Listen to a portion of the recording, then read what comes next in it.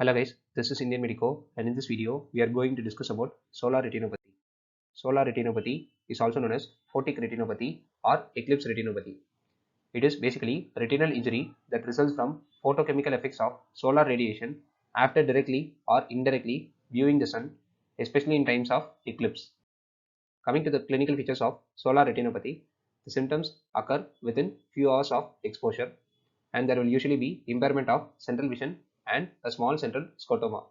Coming to the signs of solar retinopathy, the visual acuity is variable according to severity.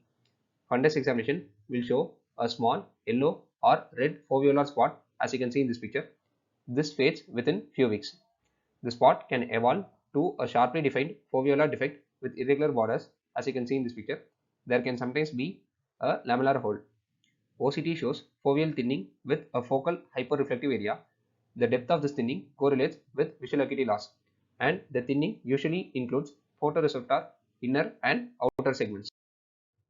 There is no treatment available for solar retinopathy. However, the prognosis is good in most cases with improvement of visual acuity to normal or near normal levels within 6 months.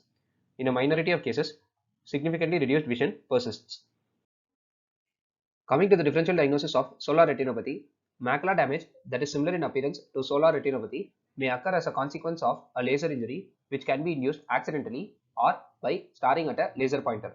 This picture shows fundus autofluorescence of a focal laser injury, and this is OCT image of the same showing intraretinal cavitation and disruption to RPE.